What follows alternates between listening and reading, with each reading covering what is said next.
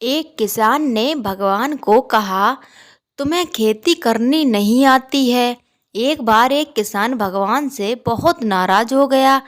वह भगवान को कोसते हुए कहने लगा कि कभी बाढ़ आ जाए, कभी सूखा पड़ जाए, कभी धूप तेज हो जाए, तो कभी ओले पड़ जाएं। हर बार कुछ ना कुछ कारण से उसकी फसल थोड़ी खराब हो जाए। फिर उसने भगवान से कहा, देखिए प्रभु, आप भगवान हैं, लेकिन लगता है आपको खेती बाड़ी की ज़्यादा जानकारी नहीं है। एक प्रार्थना है कि एक साल मुझे मौका दीजिए, जैसा मैं चाहूँ वैसा मौसम हो, फिर आप देखना मैं कैसे अन्न के भंडार भर दूंगा। भगवान मुस्कुराए और कहा, ठीक है, जैसा तुम कहोगे वैसा ही मौसम दूंगा, मैं कुछ भी नहीं करूँगा। किसान ने गेहूं की फसल बोई। जब धूप चाहिए तब धूप मिली, जब पानी तब पानी। तेज धूप ओले पड़ आंधी सो तो उसने आने ही नहीं दी। समय के साथ फसल बढ़ी और किसान की खुशी भी, क्योंकि ऐसी फसल तो आज तक नहीं हुई थी। किसान ने मन ही मन सोचा, अब पता चलेगा भगवान को कि फसल कैसे करते हैं। बेकार ही इतने वर्ष हम किसानों को परेशान करते रहे।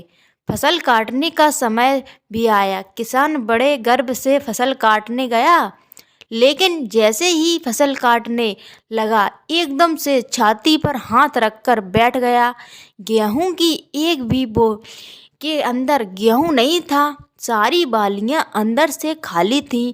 बड़ा दुख होकर उसने भगवान से कहा, प्रभु ये क्या हुआ है। तब भगवान बोले, ये तो होना ही था। तुमने पौधा को संघर्ष का जरा सा भी मौका नहीं दिया। न तेज धूप में उनको तपने दिया और न आंधी ओला से सूझने दिया। उनको किसी प्रकार की चुनौती का एहसास जरा भी नहीं होने दिया। इसीलिए सब पौधे खोखले रह गए।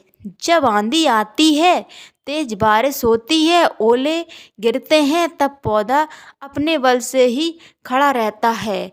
वो अपना अस्तित्व बचाने का संघर्ष करता है, और इस संघर्ष से जो बल पैदा होता है वही उसे शक्ति देता है, ऊर्जा देता है, उसकी जीवटता को उभारता है। सोने को भी कुंदन बनाने के लिए आग में तपने, हथौड़ी से पिटने, गलने जैसी चुनौतियों से गुजरना पड़ता है।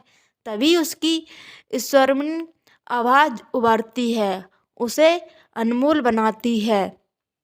भगवान की यह बात सुनकर किसान को अपनी गलती का एहसास हो चुका था कि भगवान जो भी कुछ करते हैं वे हम सभी की भलाई के लिए ही करते हैं। इस तरह वह किसान भगवान को पुनः फिर से पहले जैसा करने को कह दिया, और इस तरह किसान फिर से दुगनी मेहनत के साथ अपने खेतों में मेहनत करने लगा और सब कुछ ईश्वर के भरोसे छोड़ दिया कि ईश्वर जो भी करता है वह अच्छा ही करता है। दोस्तों, आपको मेरी कहानी कैसी लगी?